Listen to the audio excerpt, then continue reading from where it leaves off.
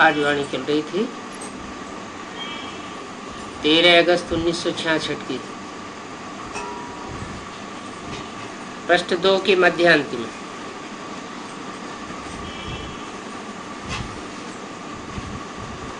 बात चल रही थी मैं सिवाय संगम युग के कब आता नहीं हूं, और मुझे बुलाते भी हैं संगम युग पर।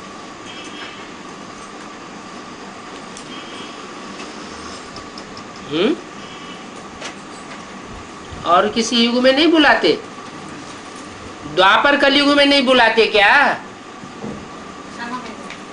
संगम युग बुला, द्वापर कलयुग में नहीं बुलाया भगवान को? नहीं बुलाया? झूठ बोलते हैं? भक्ति मार्ग में बुलाया ना? बुलाया ना? अच्छा, किसको बुलाया है? किसको बुलाया? रूप जानते थे? हैं? कौन है, क्या है, कहाँ का रहने वाला है, जानते थे? किसी को बुलाया जाता आओ तो उसे देखा जाता है ना, जाना जाता है ना। तो वहां भक्ति मार्ग में तो न जानते थे, न देखते थे, न समझते थे, इसलिए बुलाने न बुलाने की बात ठहरती नहीं। और यहाँ संगम युग में, संगम युग में तो हम जानते भी हैं, पहचानते भी हैं, इसलिए हम बार बार बुलाते हैं। इसलिए मुरली में बोला है, जो पतित पावन बाप कहे बुलाते नहीं, वो पतित से पावन बनते भी नहीं। क्या? हे पतित पावन सीताराम आओ, जो सीताराम को बुलाते भी नहीं है वो पतित से पावन बनते भी नहीं। तो संगम पर ही बुलाते हैं। पावन सतयुग को और पतित कलयुग को कहा जाता है।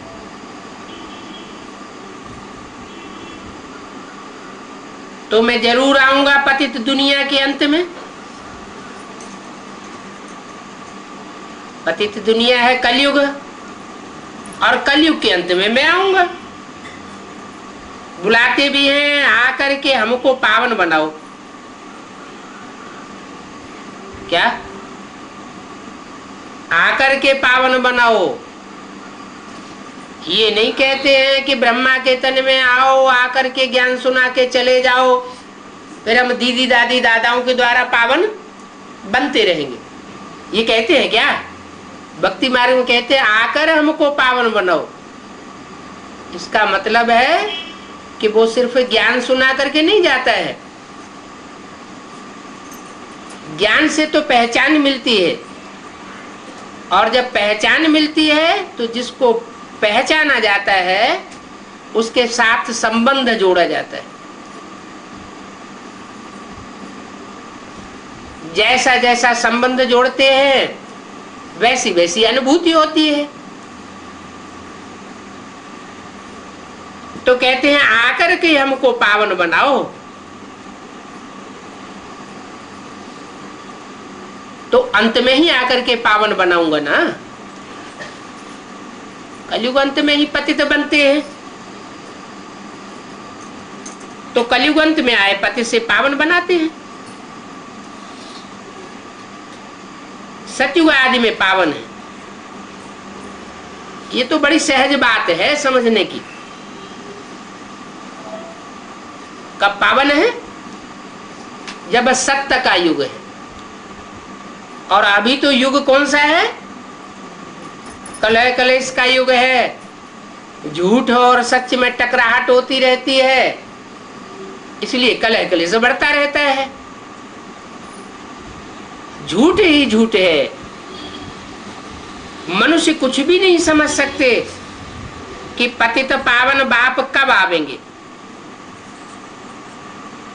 नहीं समझते हैं तो कहते हैं सतयुग में हिरण्यकश्यप को वध करने के लिए नरसिंह अवतार के रूप में आया, त्रेता में राम के रूप में आया, द्वापर में कृष्ण के रूप में आया। नहीं समझते हैं तब तो ये अलग अलग बातें कहते रहते हैं। अब तो कलयुग का अंत कहेंगे। अगर कहें कलयुग की अंत में 40,000 वर्ष पड़े हैं, तो अर्जुन अभी कितना पतित बनेंगे, कितना जास्ती दुख बढ़ जाएगा।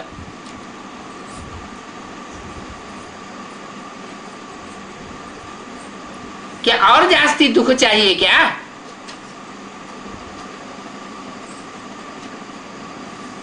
फिर सुख तो होगा ही नहीं। कुछ भी ना मालूम होने के कारण बिल्कुल घोर अंधियारे में। तुम बच्चे समझ सकते हो तो बच्चों को आपस में मिलकर के राय करनी चाहिए कि कैसे हम ईश्वरीय सेवा को बढ़ाएं। बाप प्रयत्न करने की बात तो आकर के बताते रहते हैं,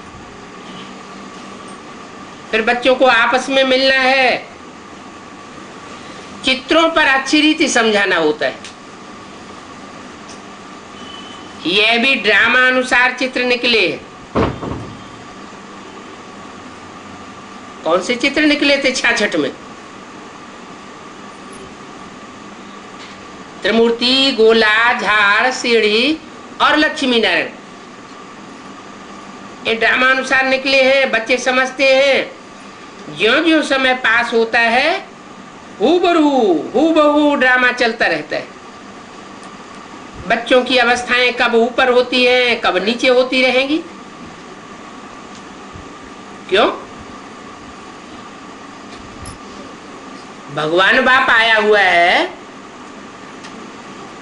और हमको भगवान बाप मिला हुआ है, तो सदा ऊंची अवस्था होनी चाहिए या नीची अवस्था होनी चाहिए?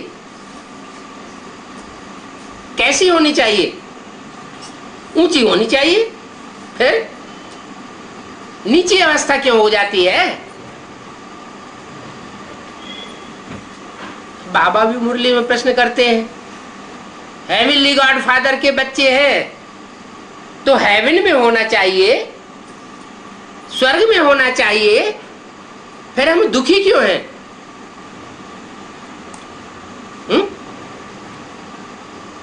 कोई कारण होगा।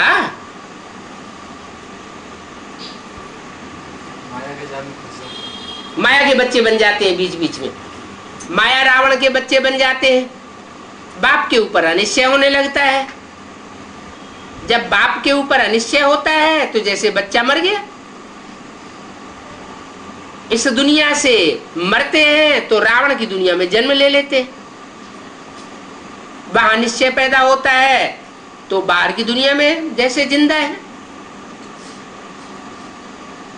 अवस्थाएं नीचे ऊपर होने का कारण है, अभी शूटिंग चल रही है। जब अच्छे कर्मों की शूटिंग होती है, 63 जन्मों में जो हमने अच्छे कर्म किए हैं उनका जब उदय होता है शूटिंग पीरियड में, तो अवस्था ऑटोमेटिक अच्छी बन जाती है। और जब खराब कर्मों की शूटिंग उदय होती है तो अवस्था खराब हो जाती है। कितना भी हम संभालने की कोशिश करते हैं, सुधरती नहीं। ये हूबहू ड्रामा चलता रहता है। समझने की बातें हैं। कब ग्रहाचारी बैठती है तो उनको मिटाने के लिए कितना प्रयत्न करते हैं। कौन सी आचारी बैठती है? ग्रहों की आचारी। नवग्रह है ना, 9 ग्रहों की पूजा होती है। तो पूजा चैतन्य की होती होगी या जड़ की पूजा होती है? हैं? चैतन्य की पूजा होती है। तो जरूर कोई 9 विशेष आत्माएं हैं जो ग्रहों के रूप में पूजी जाती है। उन 9 विशेष ग्रहों का जो आधिपत्य करने वाली आत्माएं हैं, प्रतिनिधित्व करने वाली आत्माएं हैं, उन उन्होंने जरूर कोई ऊंचा पुरुषार्थ किया होगा,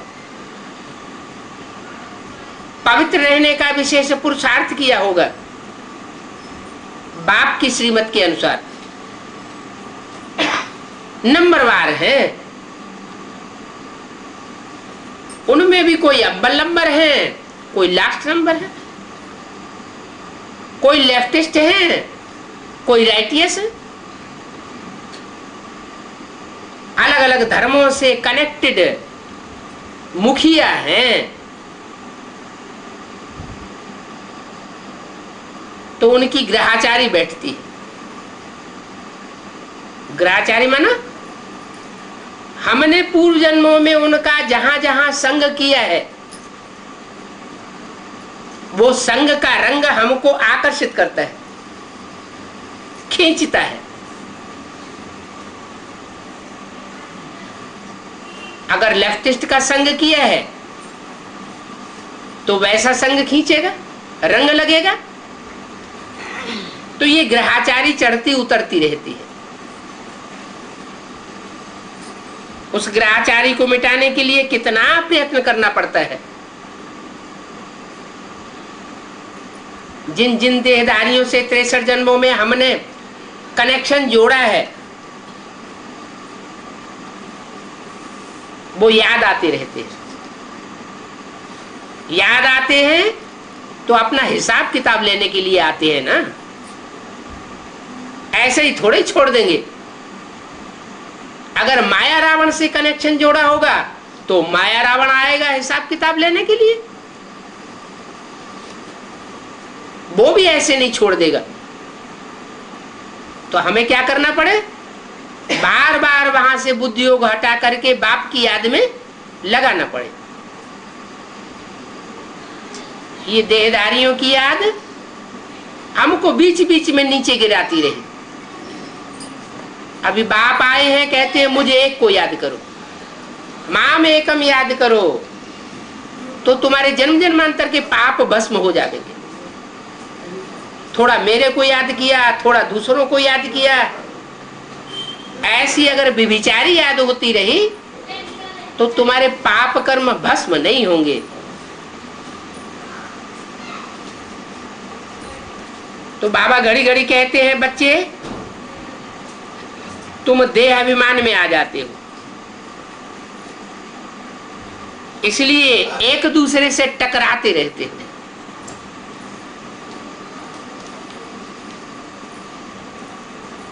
कोई का किसी से टकराहट होती है, चाहे मनसा वाइब्रेशन की टकराहट हो, संकल्पों की टकराहट हो, चाहे वाचा की टकराहट हो, चाहे कर्मेंद्रियों की हाथापाई हो जाए।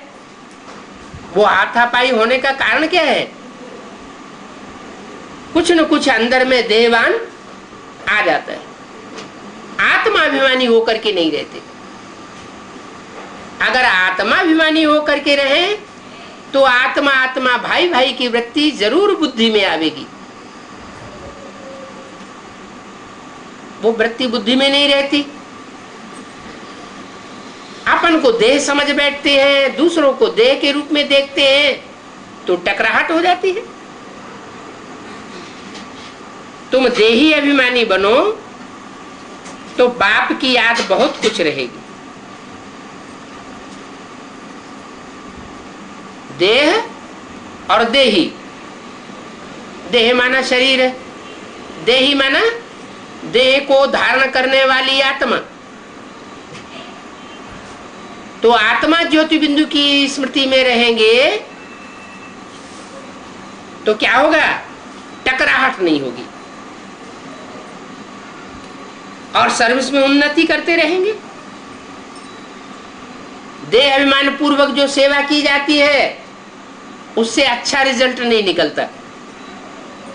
आत्माभिमानी होकर के जो सेवा करते हैं उससे अच्छा रिजल्ट निकलता है और लंबे समय का रिजल्ट निकलता है।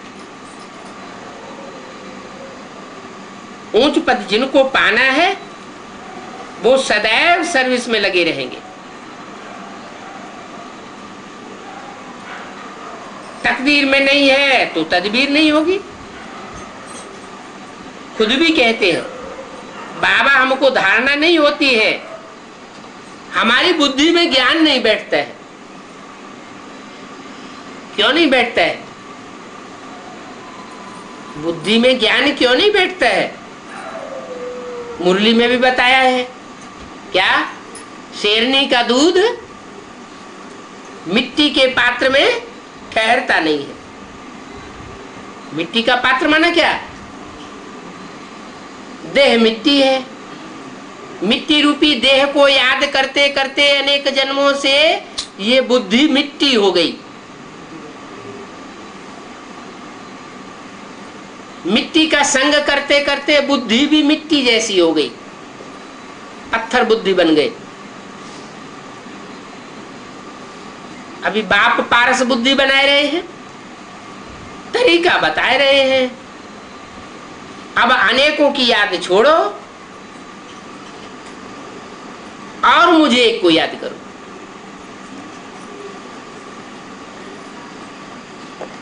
उसके लिए सदैव सर्विस में लगे रहना चाहिए।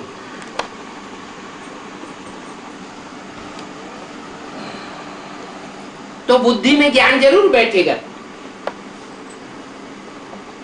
जिनको धारणा होती है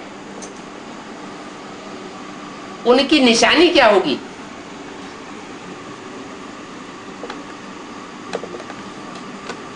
जिनको धारणा होती है, बुद्धि में बात बैठती है, उनकी निशानी होगी कि उनको खुशी बहुत रहेगी। चेहरा लटकाया हुआ मुरझाया हुआ नहीं होगा, क्योंकि समझते हैं शिव बाबा आया हुआ है। क्या शिव बाबा आया हुआ है, या कि 68-69 में चला गया? आया हुआ है ये समझेंगे या चला गया है ये समझेंगे? आया हुआ है तो बुद्धि में खुशी रहेगी, धारणा होगी। अगर बुद्धि में ये है कि आया था और 18 जनवरी 69 को शरीर छोड़ के चला गया, तो बुद्धि में फिर ज्ञान की धारणा हो नहीं सकती। बेसिक नॉलेज की भी धारणा उड़ती जाएगी और एडवांस नॉलेज तो बुद्धि में बैठेगा ही नहीं, इनकी बुद्धि में नहीं बैठेगा। जो ये समझेंगे कि शिव बाबा आया था और अभी चला गया, जिनकी बुद्धि में बैठा होगा कि शिव बाबा आया हुआ है, वापस नहीं चला गया है, वो हमको साथ लेकर के जाएगा, तो उनको खुशी का पारा बहुत रहेगा। अभी बाप कहते हैं बच्चे तुम अच्छी रीति समझ करके फिर औरों को समझाओ। क्या नीम हकीम नहीं बनना है कि अधूरा सधूरा नॉलेज ले ली और समझ बैठे कि हम तो बड़े भारी पंसारी बन गए। जैसे चूहे का मिसाल दिया, चूहे को हल्दी की गांठ मिल गई तो समझा कि हम पंसारी हैं। बाप कहते हैं अभी अहंकार नहीं लाना है, अभी ज्ञान में बहुत कुछ समझने के लिए पड़ा हुआ है। अनेक जन्मों की तुम्हारी थ्योरी खुलने वाली है। बाप तो कहते हैं तुम आत्मा एक्टर हो।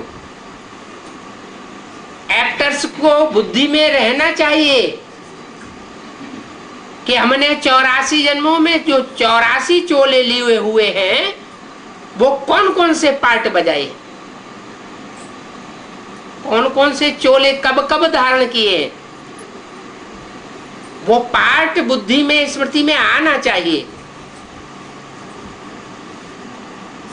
तो कहेंगे समझदार एक्टर्स। अगर आत्मा अपने 84 जन्मों के पार्ट को नहीं जानती, वो ड्रामा में एक्टर हो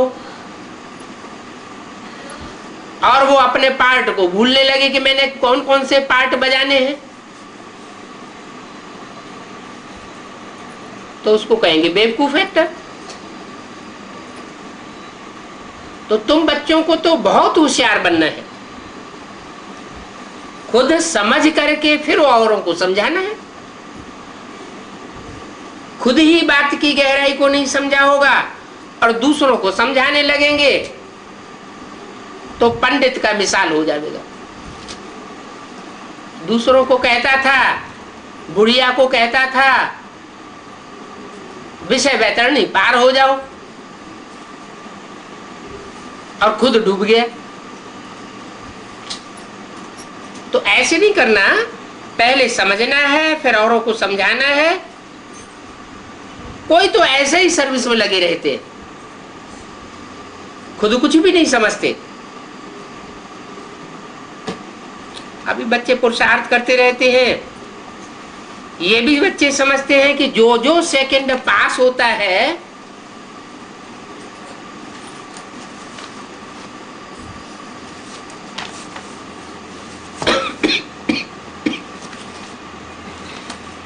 वो फिर रिपीट होगा। ये तो मधुबन है,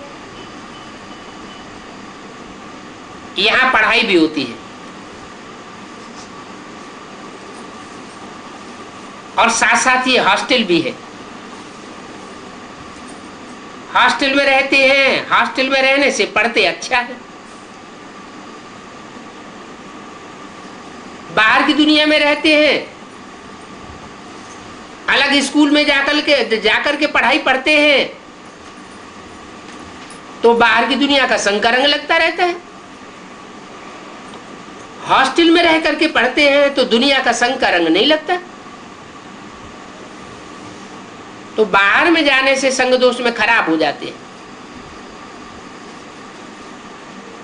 यहां से भी अगर कोई बाहर जाते हैं तो फिर स्टूडेंट लाइफ का नशा गुम हो जाता है।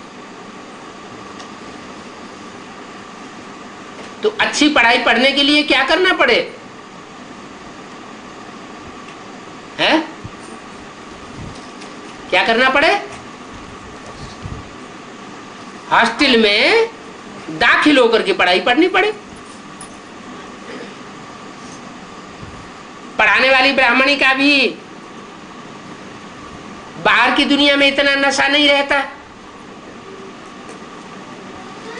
जितना यहां बच्चों को रहता है। यहां माना कहां है? मधुबन में जब 66 में बाबा की वाणी चल रही थी, वहां की बात हो रही है ना। तो बोला ये हेड ऑफिस मधुबन है, स्टूडेंट टीचर के सामने रहते हैं। वहां स्कूल में दुनिया भी कोई गोरख धंधा नहीं होता। तो बाहर की दुनिया में रहने वालों में और अंदर हॉस्टल में रह करके पढ़ाई पढ़ने वालों में रात दिन का फर्क पड़ जाता है। कोई तो शिव बाबा को सारे दिन में याद ही नहीं करते, बाहरी दुनिया के संग के रंग में ही आते रहते, फिर शिव बाबा के मददगार ही नहीं बनते। दुनिया का संग का रंग लगता है तो दुनिया भी बुद्धि हो जाती है। बच्चे बन करके फिर जैसे दुश्मन बन जाते हैं।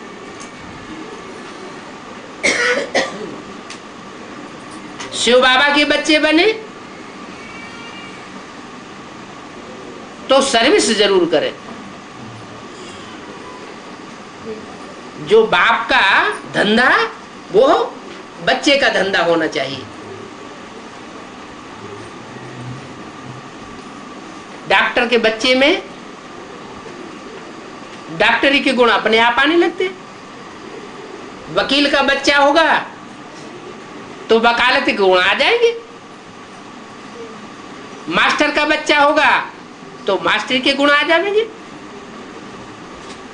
तो बच्चों को ईश्वरीय सेवा करनी चाहिए ना। अगर सर्विस नहीं करते हैं तो कहेंगे कपूत बच्चे हैं।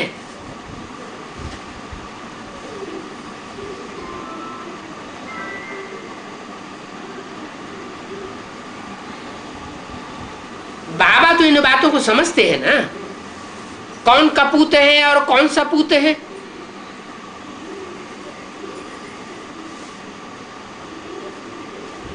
इनका फर्ज है कहना। तो बच्चों को बाप बताते रहते हैं, मुझे याद करो, फॉलो करो, तो बहुत कल्याण हो जाएगा। दुनिया में तो मूत की पैदाइश है।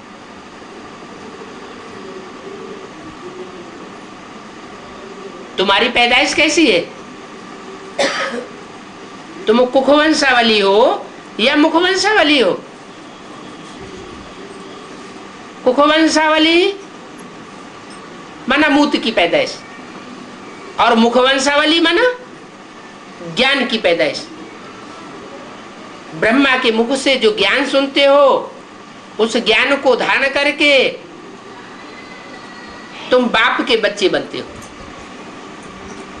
तुम्हें निश्चय पैदा होता है कि हम बाप के बच्चे हैं। दुनिया बाप को नहीं जानती, हम बाप को जानते हैं।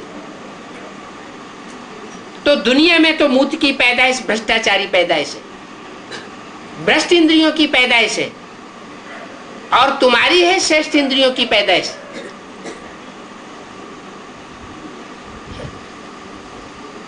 नेत्रों से बाप बच्चों को देखते हैं, दृष्टि देते हैं, मुख से ज्ञान सुनाते हैं। तो नेत्र है श्रेष्ठ इंद्रियां, और मुख भी है श्रेष्ठ इंद्रिय। इनके संयोग से तुम्हारी पैदाइश होती है, तो तुम हो श्रेष्ठाचारी औलाद, और दुनिया है भ्रष्टाचारी औलाद।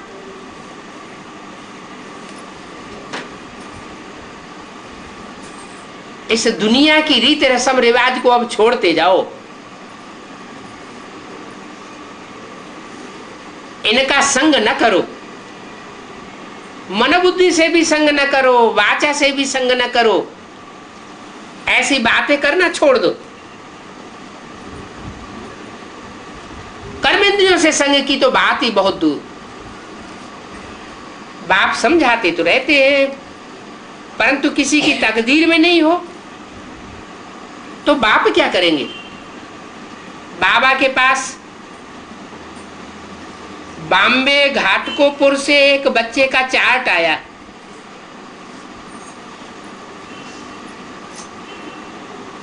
बाप बताते हैं ये चार्ट लिखने से भी बहुत कल्याण होगा।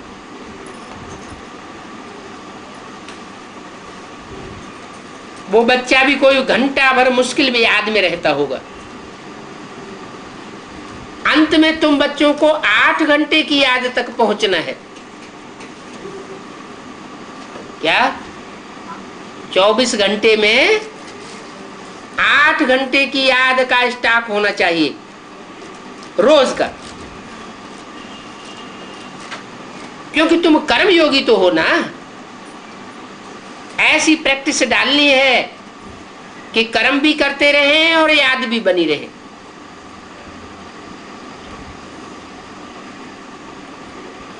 कोई कोई को कब उल्लास आता है तो चार्ट रखते हैं।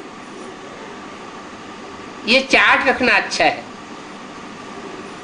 जितना बाबा को याद करेंगे उतना फायदा है।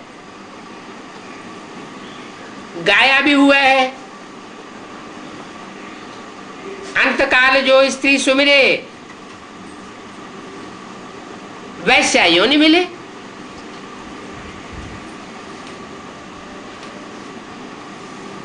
तो इनका अर्थ भी तो जानना चाहिए ना।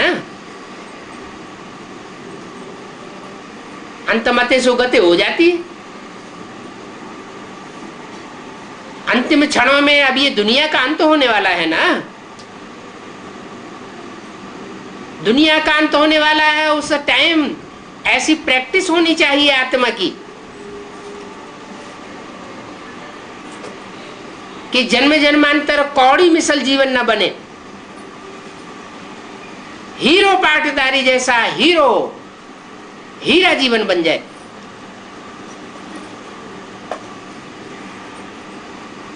जो अच्छी रीति याद नहीं करते हैं तो वो प्राप्ति नहीं कर सकते। तुम्हारे ऊपर जो जन्म जन्मांतर का बोझा है,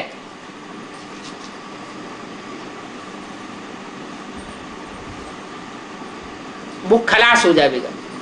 साक्षात्कार कराते रहेंगे,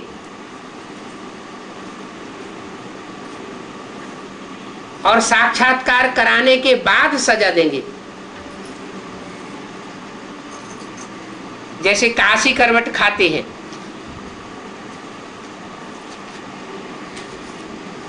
बनारस में एक कुआं बना हुआ था।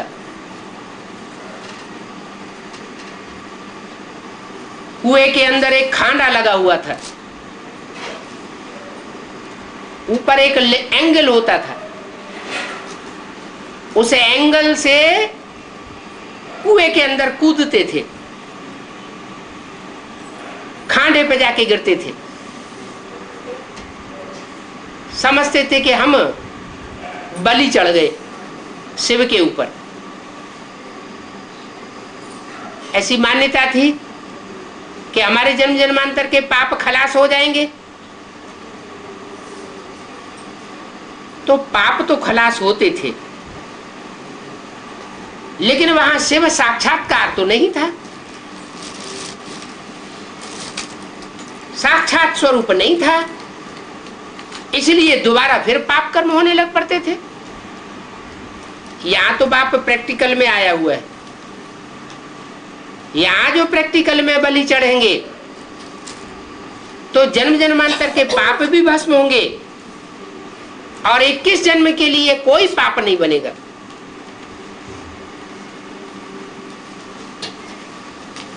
तो भक्ति मार्ग में भी झट पापों का साक्षात्कार होता था। जब शिव के ऊपर बलि चढ़ते थे, महसूस करते हैं कि हम पापों की सजा खा रहे हैं। यहां भी ऐसे ही है। बच्चों को साक्षात्कार होता जाएगा अपनों पापों का, और सजाएं खाते जाएंगे। बहुत मोचरा खाने वाले हैं। जितना जास्ती मोचरा खावेंगे उतना पद कम होता जाएगा, जन्म जन्मांतर का मान मर्तबा कम हो जाएगा। बाप की सर्विस में जो बिघन डालते हैं वो मोचरे के लायक है।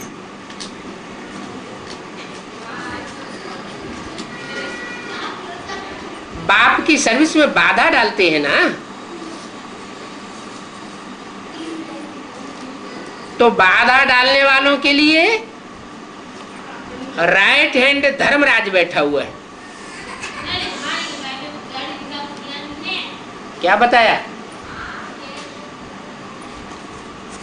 धर्मराज कौन सा हैंड बताया?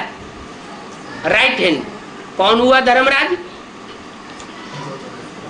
धर्म का राजा, धारणाओं का राजा। धारणाओं के राजा देवताएं होते हैं या राक्षस होते हैं? धारणा किसमें जास्ती होती है? देवताओं में धारणाएं होती हैं या दैत्यों में होती है? देवताओं में धारणाएं होती हैं। और देवताओं में भी पहला देवता कौन पैदा होता है दुनिया में?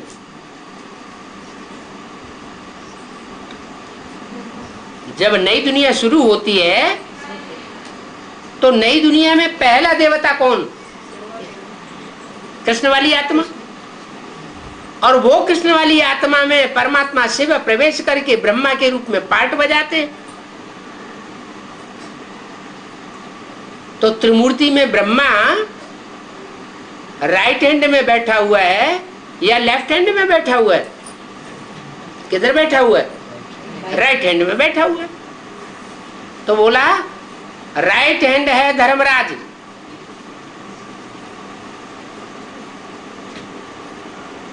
वो बैठा हुआ है, एक एक का हिसाब किताब पूरा करेगा। दूध का दूध और पानी का पानी कर देगा। यहां तो कसम उठाने की बात नहीं है। बाप कहते हैं साथ में प्रतिज्ञा करके कसम उठाओ, बाप की याद से ही तुम पावन बनेंगे, नहीं तो नहीं बनेंगे। बाप ही आकर के प्रतिज्ञा कराते हैं तो फिर करो, प्रतिज्ञा करो ना करो ये तुम्हारे हाथ में है।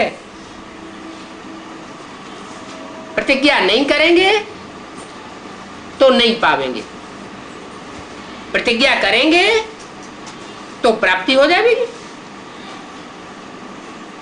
बहुत हैं जो बुरे काम ही करते रहते, ज्ञान भी लेते रहते, फिर क्या करते, बुरे काम करते रहते। भक्ति मार्ग में गाते हैं मेरा तो एक बाप दूसरा न कोई। मीरा ने क्या गाया, मेरे तो गिरधर गोपाल दूसरा न कोई। परंतु वो बात अभी बुद्धि में आई है, गिरधर गोपाल की बात नहीं है। गिर माने पहाड़, धर माने धारण करने वाला। ये कलयुग रूपी पहाड़ है पापों का, इस पहाड़ को धारण करने वाला और उठा के फेंकने वाला शिव बाबा है। और इस कलयुग रूपी पहाड़ को उठा के फेंकने की किसी में ताकत मनुष्य गुरु में नहीं है। तो अब तुम्हारी बुद्धि में बात आई है कि हमारी आत्मा ऐसे क्यों गाती थी। सारा दिन गाते रहते हैं मेरा तो गिरधर गोपाल दूसरा न कोई। तो ये तो जब संगम पर बाप आवे तब बच्चों को अपने घर ले जाओ। कृष्णपुरी में जाने के लिए तुम पढ़ते हो ना, प्रिंस प्रिंसेस के कॉलेज होते हैं जहां प्रिंस प्रिंसेस पढ़ने जाते हैं, वो तो हद की दुनिया की बातें। कब बीमार पड़ते हैं, कब मर जाते हैं। ये है प्रिंस प्रिंसेस बनने की गॉडफादरली यूनिवर्सिटी। राजयोग है ना। तो तुम नर से नारायण बनते हो क्या? कौन बनता है नर से नारायण? वो नहीं बनते हैं, यह नहीं बनता है। कौन बनता है? तुम माना क्या है? यह नहीं बनता। यह माने कौन? ब्रह्मा बाबा। नर से डायरेक्ट नारायण नहीं बनता। अब ब्रह्मा बाबा जैसे और भी संगी साथी हैं वो भी नहीं बनते, डायरेक्ट नर से नारायण नहीं बनते। और वो दुनिया वाले वो तो बनते ही नहीं, क्योंकि उनको तो पढ़ाई पढ़ने को मिलती ही नहीं ईश्वरीय। तुमको ईश्वरीय पढ़ाई मिलती है तो तुम बनते हो। तुम माना क्या? जो बाप के सन्मुख बैठ करके पढ़ते हैं उनकी बात है। सन्मुख बैठने वालों को तुम कहा जाता है।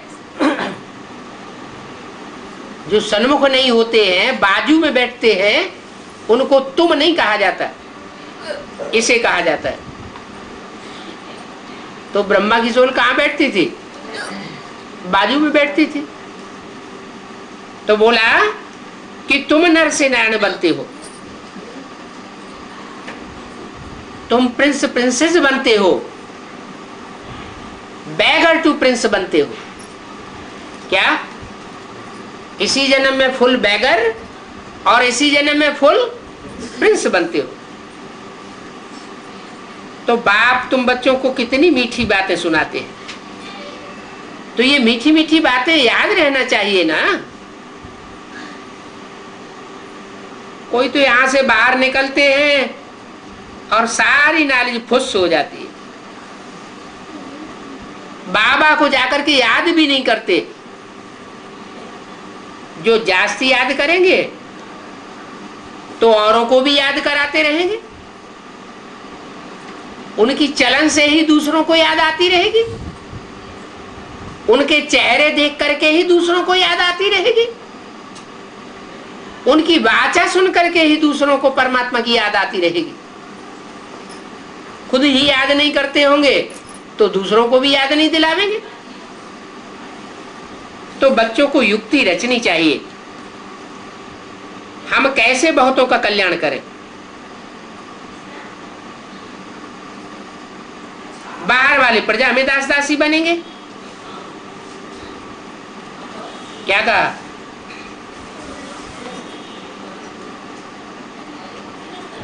जो बाहर की दुनिया में रहते हैं और अगर उल्टे कर्म करते हैं, ईश्वरीय ज्ञान भी लेते हैं, तो कहां दास दासी बनेंगे?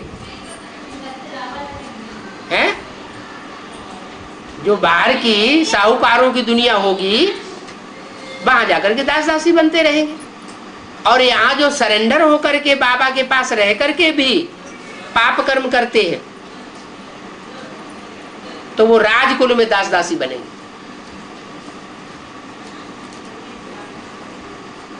बाहर वाले प्रजा में दास दासी बनते हैं, यहाँ वाले फिर राजाई में दास दासी बनेंगे।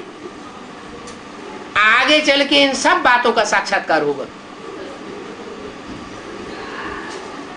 अगर यहां आकर के भी बाहर की दुनिया में चले जाते हैं, सरेंडर होने के बाद भी बाहर की दुनिया में चले जाते हैं और फिर उल्टे काम करते हैं,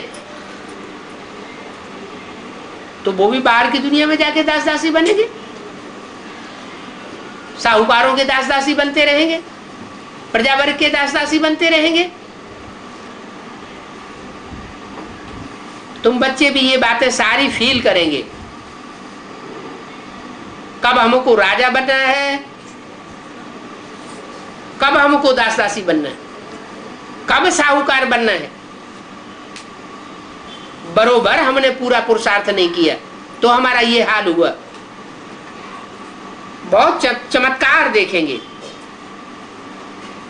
जो अच्छी रीति पढ़ेंगे लिखेंगे वही नवाब बनेंगे। बाबा कितना समझाते रहते हैं। हर सेंटर को बाबा प्रदर्शनी देते हैं तो बच्चों को सिखाए, होशियार बनावे। बाबा कहेंगे ब्रह्मा कुमार कुमारियां सर्विस जानती हैं, ना बनावे तो उनको जट कहेंगे। सर्विस करेंगे तो समझेंगे ये ऊंच पद पावेंगे। इसलिए बाबा प्रदर्शनी बनाने पर बहुत जोर दे रहे हैं। अब बॉम्बे, दिल्ली और आगरा वाले बनाए रहे हैं,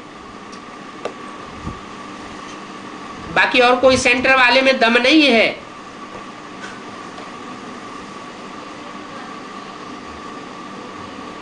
जो प्रदर्शनी की चित्र बनाए सके। कौन कौन से बताए चित्र, कौन कौन बनाए रहे? सन 66 की बात है तो सन 66 में जड़ चित्रों की बात थी या चैतन्य चित्रों की प्रदर्शनी बनाने की बात थी? कौन से चित्र उस समय तैयार हुए थे? है? नहीं याद? जड़ चित्रों की प्रदर्शनी तैयार हुई थी। बॉम्बे में वो चित्र तैयार किए गए थे। जैसे भक्ति मार्ग में बॉम्बे साइड में 2000 साल पहले अजंता, एलोरा, एलिफेंटा, कन्हेरी आदि की गुफाओं में भित्ति चित्र ढेर के ढेर तैयार किए गए थे। तो अभी शूटिंग पीरियड में ये शूटिंग हुई कि बॉम्बे साइड में ढेर के ढेर चित्र तैयार हो गए। बॉम्बे वाले, दिल्ली वाले और आगरा वाले बनाते रहते हैं, बाकी और कोई सेंटर वालों में दम नहीं है। उस समय थी जड़ चित्रों की प्रदर्शनी की बात, और अभी तो बहुत टाइम लंबा बीत चुका। अभी जड़ चित्रों की प्रदर्शनी बनानी है या चैतन्य चित्रों की प्रदर्शनी बनानी है? कौन से चित्रों से सेवा करनी है? चैतन्य चित्रों की सेवा करने का अभी टाइम आया पहुंचा। जड़ चित्रों की प्रदर्शनी तो बच्चे बनाते हैं, बेसिक नॉलेज वालों ने बनाई, और हम तो एडवांस ज्ञान में चल रहे हैं।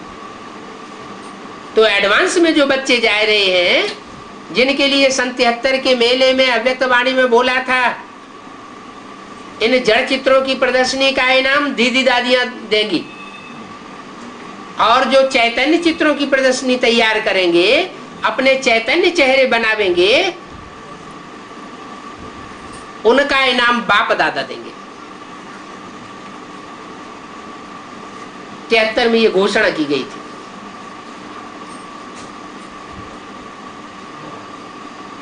ये भी बता दिया कि 3 नंबर डिक्लेयर होंगे, first, second, third. 3 seats fix होंगी पहले। तो वो भी 98 में डिक्लेयर कर दिया कि ब्रह्मा की सीट कौन सी होगी, विष्णु की सीट कौन सी होगी, और शंकर की सीट कौन सी होगी। ये 3 मूर्तियों की चित्र, चैतन्य चित्र बाप दादा ने प्रत्यक्ष कर दिए। तो प्रत्यक्ष किए होंगे तो चैतन्य में तैयार भी तो हुए होंगे ना।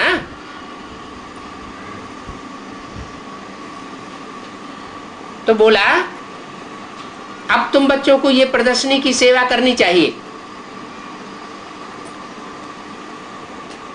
ये चित्र बहुत वैल्यूबल है, कोई की सेवा करो, उसकी बुद्धि में बैठा दो। क्या बैठा दो? क्या बैठा दो? कि त्रिमूर्ति में अथवा तिरंगा झंडा में वो 3 आत्माएं कौन है जो सारे विश्व के ऊपर विजय करके दिखलाती है, जिनका गायन चलता है आज भी, विश्व विजय करके दिखलावे तब होवे प्रणपूर्ण हमारा, झंडा ऊंचा रहे हमारा। वो 3 मूर्तियां बुद्धि में बैठाए दो। अगर कोई की बुद्धि में 3 मूर्तियां बैठ जाएंगी तो वो बाप का परिचय उसको पूरा मिल जाएगा। ये चित्र बनाना बहुत कॉमन चीज है। पहले ये चित्र बुद्धि में बनाना है। अपनी बुद्धि में चित्र तैयार हो जाएगा तो दूसरों को भी समझा सकेंगे। बाबा समझते हैं एक भी बच्चा समझदार नहीं है, बुद्धू बुद्धि है। नहीं तो हिम्मत करके प्रदर्शनी बनाने में मदद करनी चाहिए, तो समझाने में बच्चों को सहज होगा। ऐसे थोड़े ही कि कानपुर बेंगलोर में आर्टिस्ट नहीं है,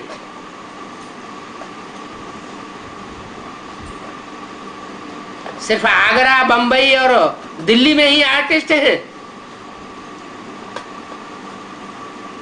वहीं से चैतन्य प्रदर्शनी तैयार होगी। हाँ बल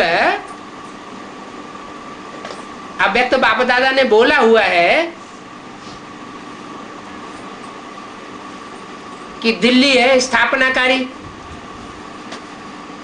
बंबई है विनाशकारी, विनाश भी कल्याणकारी है। तो चाहे स्थापना करने वाले बच्चे हो, चाहे विनाशकारी बच्चे लेफ्टिस्ट हो, लेकिन सेवा करने वाले तो है ना।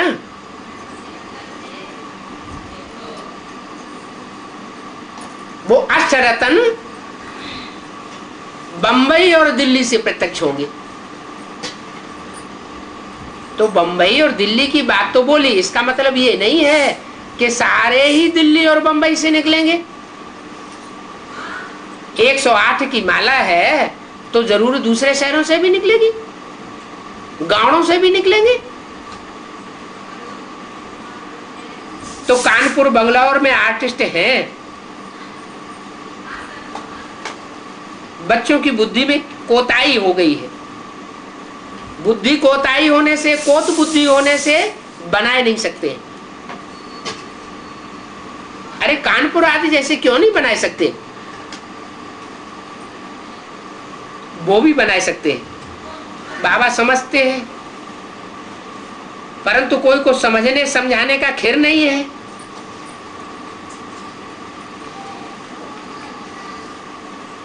टीचर्स और मैनेजर्स सब ठंडे हुए पड़े। कोई कोई ब्राह्मणियां हैं जो मैनेजर बन जाती है, मैनेजर बन जाती है तो उनका माथा ही खराब हो जाता है, अहंकार आ जाता है।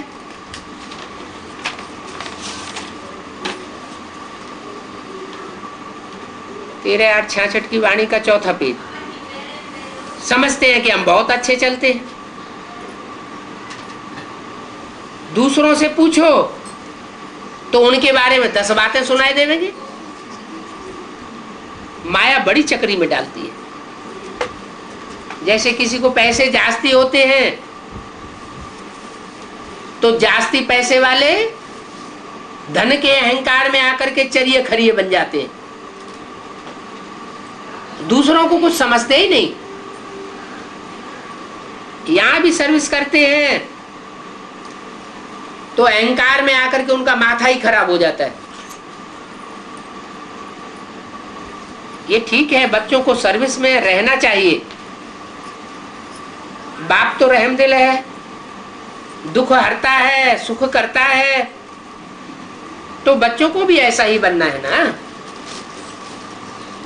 सिर्फ बाप का परिचय देना है। बाप कहते हैं माम एकम याद करो तुम नरकवासी से स्वर्गवासी बन जाओगे। कितना सहज पुरुषार्थ बताते हैं। कहते हैं मुझे याद करो तो पति से पावन बन तुम शांति धाम सुख धाम में चले जाओगे। अगर ऐसा निश्चय हो जाए तो फिर एकदम उनसे लिखाए लेना चाहिए। क्या कहा?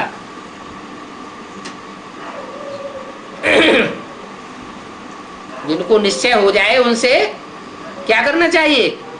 लिखाए लेना चाहिए। निश्चय पत्र लिखते हैं बरोबर। ये ब्रह्मा कुमारियां शिव बाबा से वर्षा लेती है तो समझेंगे ऐसे बाप का जरूर बनना चाहिए। उनकी शरण पढ़ना चाहिए। तुम बाप की शरण पड़े हो ना, अर्थात तो गोद में आए हो। अच्छा, माता पिता बाप दादा का याद प्यार गुड मॉर्निंग, ओम शांति। ये है रात्रि क्लास 12/8/66 का। बाबा प्रदर्शनी देते हैं इसलिए कि बच्चों को देख करके दूसरे भी सेवा करें, देख देख करके सीख जावे। कम से कम 15 रोज के अंदर 2 बच्चों को तैयार करना है प्रदर्शनी समझाने के लिए। क्या? कम से कम, ज्यादा हो जाए तो अच्छी बात, लेकिन 15 दिन के अंदर 2 आत्माओं को जरूर तैयार करना है जो त्रिमूर्ति बाप का पूरा परिचय दे सके दूसरों। आगे वाले तो हैं नए नए, तो तैयार करना चाहिए। सिखाने वाला होशियार हो तो 5-10 भी तैयार कर सकता है। कितने दिन में? 15 दिन में। अगर तैयार न किया तो उनसे प्रदर्शनी लेकर के औरों को दे देंगे। क्या? अगर 15 दिन में 2 तैयार भी न किए तो उनकी बुद्धि में से प्रदर्शनी निकल जाएगी। प्रदर्शनी पर समझानी दूसरों को दे नहीं सकेंगे। उनके हाथ से चित्र लेकर के दूसरों को दे देंगे। प्रदर्शनी पर बच्चियां सर्विस कर सकती हैं, है? त्रिमूर्ति आदि की जो प्रदर्शनी है उस पर बच्चियां सर्विस कर सकती हैं। क्यों? बच्चे क्यों नहीं कर सकते?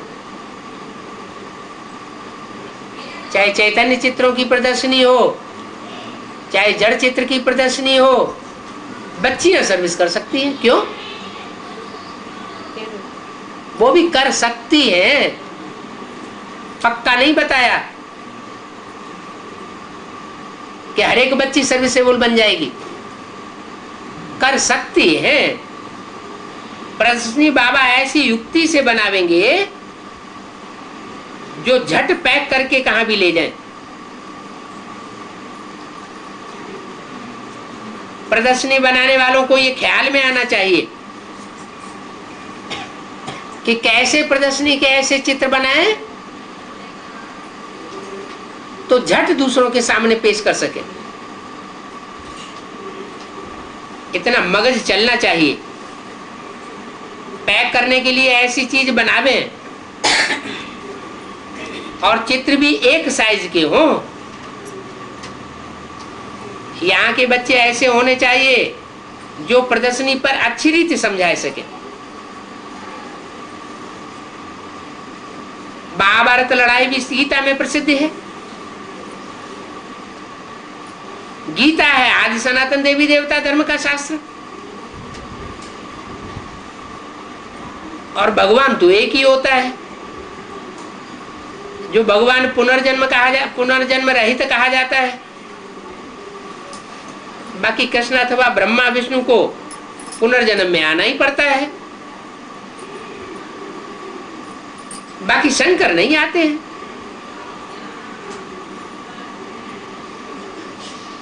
क्या शंकर पुनर्जन्म में नहीं आते हैं और ब्रह्मा विष्णु पुनर्जन्म में आते हैं? क्यों?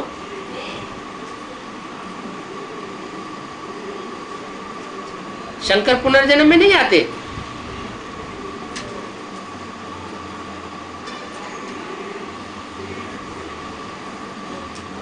कहते हैं शंकर कभी मरता ही नहीं। भक्ति मार्ग में तो ऐसे ही कहते हैं कि उसका न जन्म होता है न मृत्यु होती है।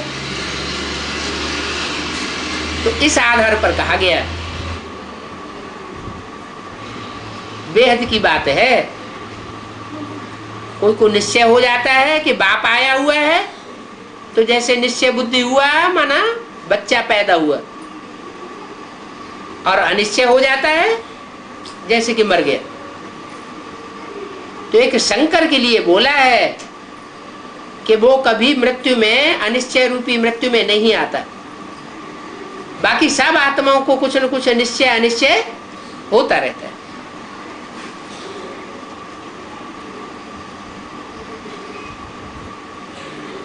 ब्रह्मा विष्णु भारत में आते हैं।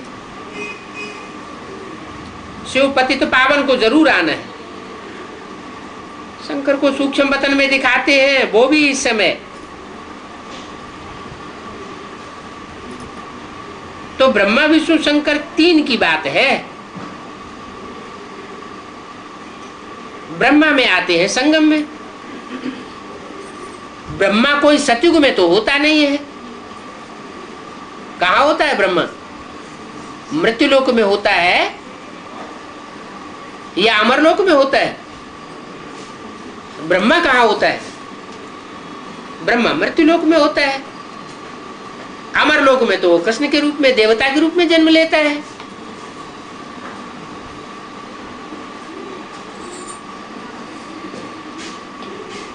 तो ब्रह्मा में आए पतितों को पावन बनाते हैं। कौन से ब्रह्मा में? ब्रह्मा तो अनेक है, 4-4 मुख, 5-5 मुख ब्रह्मा के दिखाए। कौन से ब्रह्मा के लिए बोला है कि आकर के पतितों को पावन बनाते हैं? एक ब्रह्मा तो 68-69 में शरीर छोड़ गया।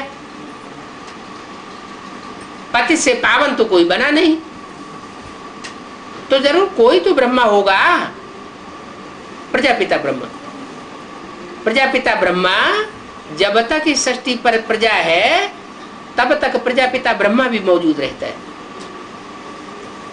तो बोला ब्रह्मा में आए पतित को पावन बनाते हैं, तो ब्रह्मा भी जरूर पतित होगा। समझाने का बड़ा अच्छा ढंग होना चाहिए। बाहर से आते हैं, पूछते हैं, बोलो तुम आए ही हो ब्रह्मा कुमार कुमारियां बनने के लिए? प्रजापिता ब्रह्मा भी नामी ग्रामी है। कहां? शास्त्रों में नामी ग्रामी प्रजापति नाम है शास्त्रों में। और बाबा ने क्या नाम दिया? प्रजापिता। जो प्रजापिता बाबा की वाणी में नाम दिया गया, वो ही फिर दूसरा जन्म लेकर के सारी सृष्टि का प्रजापति बनता है। तुम बच्चे आए हो घर में, तो वो कोई साधु संत नहीं हो। यहां तो माँ बाप और बाप दादा हैं। यहां कोई साधु संत आदि नहीं है। प्रजापिता ब्रह्मा के तुम संतान हो। प्रजापिता रचते हैं तो जरूर उनको वर्षा देंगे। बाप ब्रह्मा को रचते हैं तो ब्रह्मा कुमार कुमारियों को वर्षा देते हैं। वर्षा मिलता है शिव बाबा से। तो बेहद का बाप वो है, वो है, यह नहीं है। वो है माना आने वाले पार्ट की तरफ इशारा किया। हैं दोनों बाप। कौन कौन दोनों? शिव बाप भी है और प्रजापिता भी बाप है। लेकिन दोनों में से वर्षा किससे मिलता है? ये तो समझते हो कि हम बाबा उनको कहते हैं, इनको नहीं कहते। देने वाला वो है। तो वर्षा गॉड फादर से मिलता है। निराकार आत्मा निराकार बाप को याद करती है और वर्षा भी निराकार से मिलना है। क्या बिंदी से वर्षा मिलना है? बिंदी से वर्षा नहीं मिलना है। लेकिन जो बाप निराकारी स्टेज में आकर इस सृष्टि पर प्रत्यक्ष होता है, जैसे और धर्म पिताएं हैं वैसे ये भी पिता है। आदि सनातन देवी देवता धर्म का पिता, वो भी निराकारी स्टेज में होता है। तो निराकार से वर्षा मिलना है कि साकार से मिलना है, वो बुद्धि में बात होनी चाहिए। तो पहले पूछना चाहिए कि आप कहाँ आए हो, नाम तो देखो। तुम भी प्रजापिता ब्रह्मा के बच्चे हो। ब्रह्मा कुमार कुमारियां शिव से वर्षा लेते हैं। तुमको भी वर्षा लेना है तो आकर के लो। अलफ को याद करना पड़े, यहाँ का उद्देश्य ही है। बरोबर भारतवासी 84 जन्म लेते हैं। अब भारत को पहले नंबर में जाना है। हम भारत को ऐसा स्वर्ग बनाते हैं, फिर वहां और कोई धर्म नहीं होगा। तो समझाने का हौसला चाहिए। अच्छी रीति समझाएंगे तो अंदर में खुशी बढ़ेगी। प्रदर्शनी से बच्चे बहुत होशियार हो सकते हैं। ऐसी प्रदर्शनी बनानी चाहिए जो खुद भी होशियार हो और दूसरों को भी होशियार बनावे। ओम शांति। और ब्रह्मा बाबा के साथ रहने वाली सिंधी बच्चियां सिंध हैदराबाद की तरफ पैदा हुई थी। वो सिंधी ही बोलती थी, फिर उन्होंने हिंदी कैसे सीख लिया? కొంతమంది హిందీనే మాట్లాడేవారు, కానీ వాళ్ళు హిందీ నేర్చుకున్నారు. వాళ్ళు ఎలా నేర్చుకున్నారు? మీరు ఎందుకు నేర్చుకోలేదు?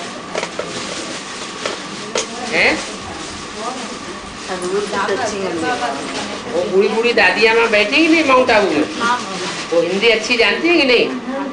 फिर ये तो कोई बात नहीं। ये बूढ़ी बूढ़ी माताएं हिंदी कैसे सीखे? और बूढ़ेपन का देवान खत्म करो। हम शिव बाबा के बच्चे हैं।